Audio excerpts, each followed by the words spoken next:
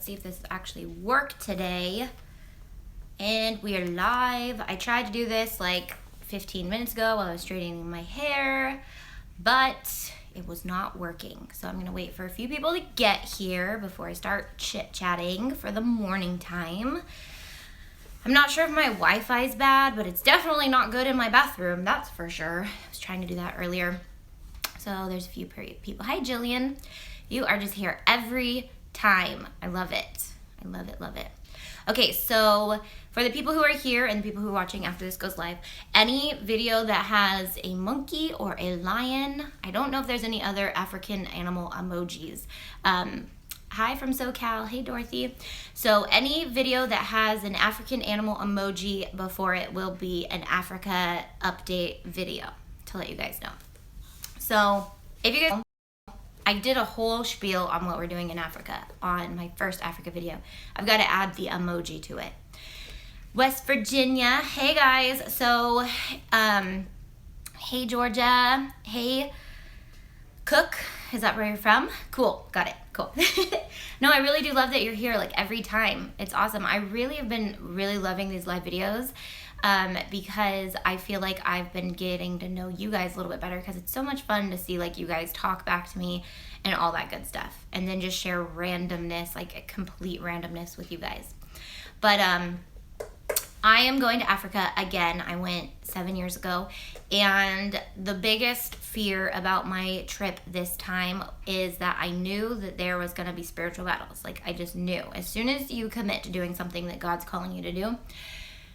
Yes, we are getting straight into the spiritual talk. So like I said, I will be putting emojis in front of the videos that are Africa related, because they're going to be a little bit more in depth in like what I'm doing. I sent your Instagram a message with my jasmine ears. I did not get that message. Send it to me again, or tag me in the video or in the pictures.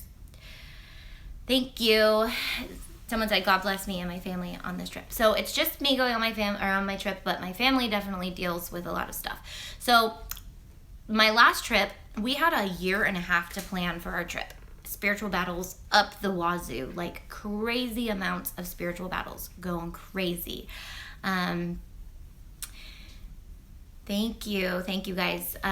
So I had like the biggest fear of money raising last time, and I knew after it was all done that I should not have even worried. And then I feared death. I literally feared death. I feared that I was going to die while I was in Africa. And my daughter was 3 at the time, and she had a dream that she came to me, or she had a dream, and then she came to me in real life and was like, Mom, I had a dream that you died while you were in Africa and I was an orphan. I was like, that's it, I'm not going. This is ridiculous. I'm not going to Africa. I'm going to die while I'm there. And then I just gave it over to God, and I was like, you know what? That's one of these spiritual battles. I just have to get over it. It's not, I mean, we're all going to die sometime, and if that's my call to die there, then that's my call. Worst feeling ever, yes. And then that anxiety just completely slipped away, and I never feared dying again while I was there, or while I was there, or before I was there, or anything.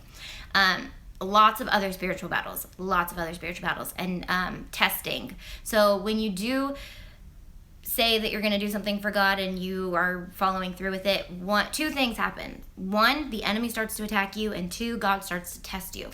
My bags got stolen 3 days before I had to leave. We had a year and a half to plan for this trip, and 3 days before I was supposed to leave, my bags got stolen.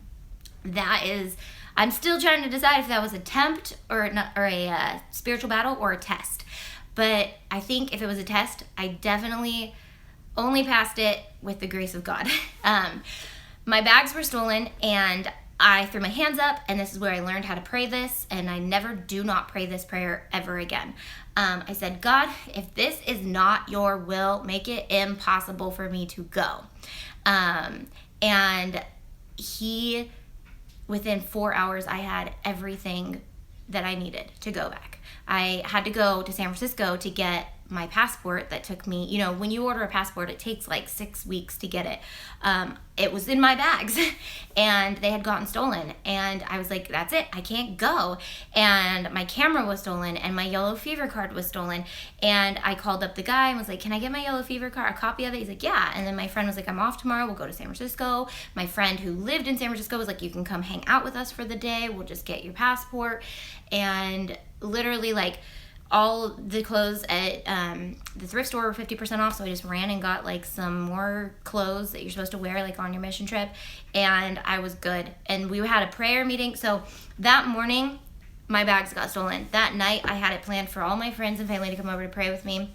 By 6 o'clock they all got there, and I had everything I needed. And I was like, wow, okay, this is, God wants me to go, apparently, you know.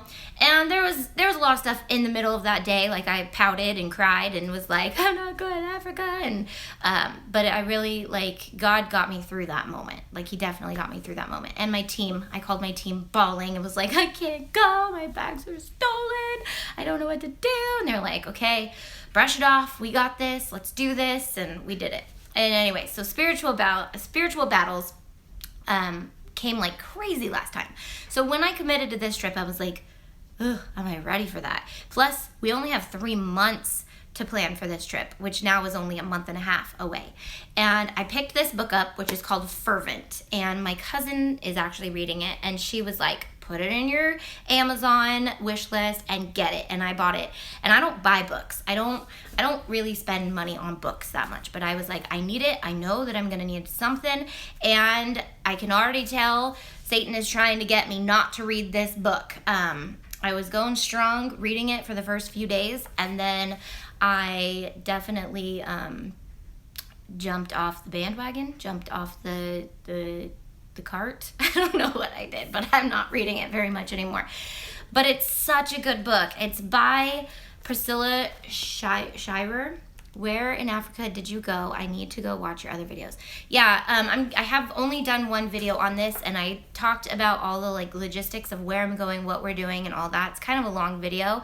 Thank you, Cindy, for praying for me, and thank you, because the one thing that I've learned through the whole trip is that prayer works. And what we're doing is I get to bring you guys along with me and share some of the stories and the kids that we sponsor and things like that. But I'm over this month and a half, I'm going to share like a little story here and there of things that happened while we were there, and just inspirational things that either happened before or after, or it was a really long journey. It's been 10 years since I've been there, and I still see God's hand working through it. Like, I still do. And I actually was like set to not go back. I had a feeling that I wanted to go so bad when I got back. I wanted to go every year. I wanted to go, and it just wasn't the time for me to go back. And I literally was like heartbroken every time. I even had like a team ready, and it ended up not working out, and we just weren't able to go. When we got your back, girl, take us with you. Yes, I want you guys there in prayer. I want you guys there through video, and you guys get to meet Esther and Emmanuel and Juliet and all the other CarePoint kids. And I'm in the process of designing t-shirts for you guys that if you want one, you can either get one or you can donate one to the children that are there. We've already raised like 15. We need 100, so that'll be up like Monday probably, or Tuesday. Thank you so much for praying for me. That really makes a difference. So, like I said, if you see that emoji in front of these videos, just be prepared to have a lot of spiritual talk going on in these videos, because that is what these videos are going to be about. They're going to be about my trip to Africa and what I'm doing and what I feel like God's doing through me. And I really want to build that support system up from you guys, my Christian followers that want to be there with me, alongside me, and just I want to be able to speak the word with authority, and have you guys behind me and the prayer behind me as well. And that would be awesome. That would just totally be awesome. So Fervent is by Priscilla Shirer. I'm trying to get it so you can see her. This window is so bright sometimes.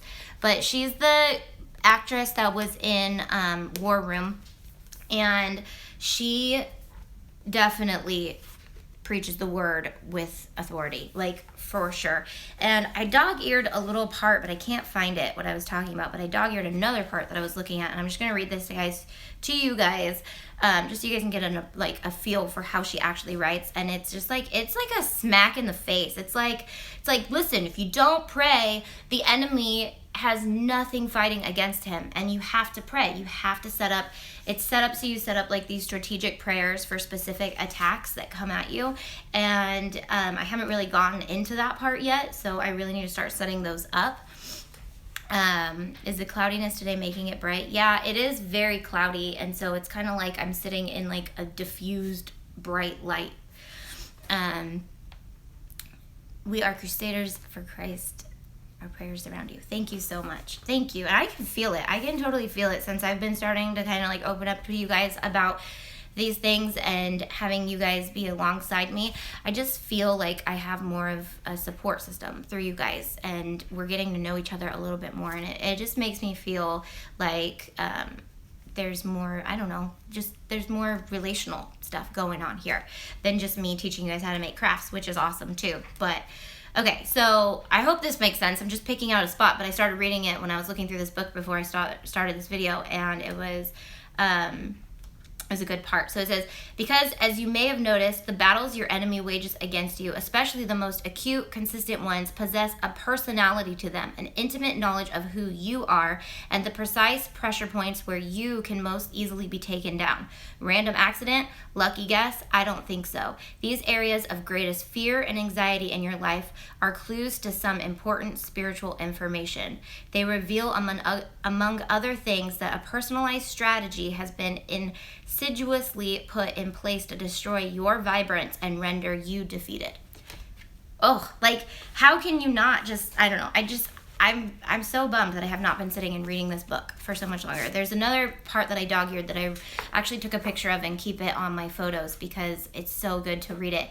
And it's talking about how our battle is not against our husband, our kids, our enemies. It's about the spiritual battles of the dark world. And sorry if the words come out wrong because I'm reading what you guys... Yes. So God knows my plans not to prosper or not to harm me, but to prosper me. Yes, Jeremiah 29:11 is a great scripture. So if you guys want to comment scriptures after this video is up for me to refer to. So we've come to the conclusion that while we're there, our whole idea is, the theme is called Marafiki's Forever, which is Marafiki. You might know the word Rafiki from The Lion King, which means friend in Swahili. Marafiki is friends forever, or best friends, sorry. Marafiki is best friends, and then our theme this year is Marafiki's Forever. So just a really quick overview of what we do is our church partners with this specific care point with Christ Hope International, and the church itself sponsors this one care point, so we get to go and meet our Marafikis, our best friends. And I have not seen two of my kids since, I actually had a dream about them last night, now that I think about it. I've not seen my two kids since 10 years ago, 8 years ago. I keep saying 10 years ago. It was 7.5 years ago when I was there. So that long ago, but I have not met one. And I'm excited to meet her. She writes the best letters, and she puts so much thought and time into her letters, and I cannot wait to meet her. And we also get to meet all the other CarePoint kids that are also sponsored by the people from our church. So we get to bring crafts that we're making. So our whole theme this year is friends coming to meet friends, and then when we go home, we take whatever they can teach us while we're there back home, and while we're there to help them, they're also there to help us, and we're going home.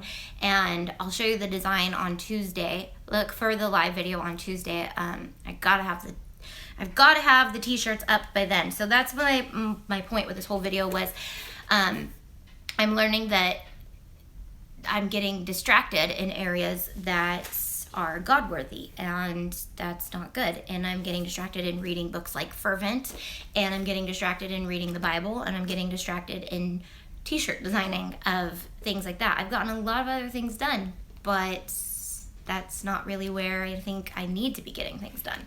So not too many there has been actually a lot of spiritual battles, but I think I've been on guard a lot more than I have been. Hey, from Washington State.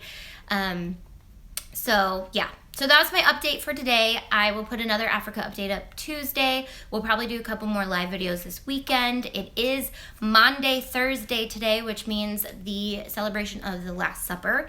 And so today is the celebration of the day that Jesus knew that he was going to die and come back to life and all that good stuff.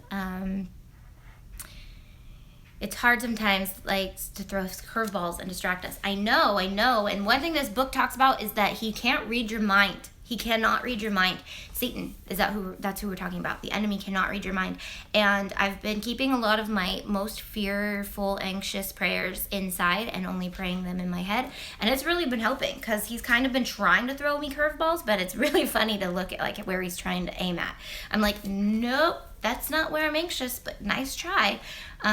I've been really noticing that. But also, we've got a lot to fight against him, and we really shouldn't be worried about the spiritual battles. I'm really actually more worried about the tests that God is going to send me, and hopefully I can pass them, because I know that his tests are sometimes a little bit harder than some of the spiritual battles that Satan tries to throw at us, because let's be honest, Satan's not very big, and Jesus is really big, so yeah. Okay, so thank you, Cindy. I'm going to get going. Look for that little animal if you guys want to follow along with the Africa videos. And I love you guys, and thank you so much for supporting me and being there for me through all of this. It really helps to know that I've got another family out there just praying for me. Thank you guys. Thank you for all the prayers, and happy Easter. So like I said, we will try to do some live videos over the weekend to celebrate Easter with you guys as well. Maybe do, I don't know, it's supposed to be raining. I don't even know what we're going to be doing. I see a break in the clouds, but who knows how long that'll last. All right, guys. Love you guys. Happy Easter. Love you. XOXO. Love you guys.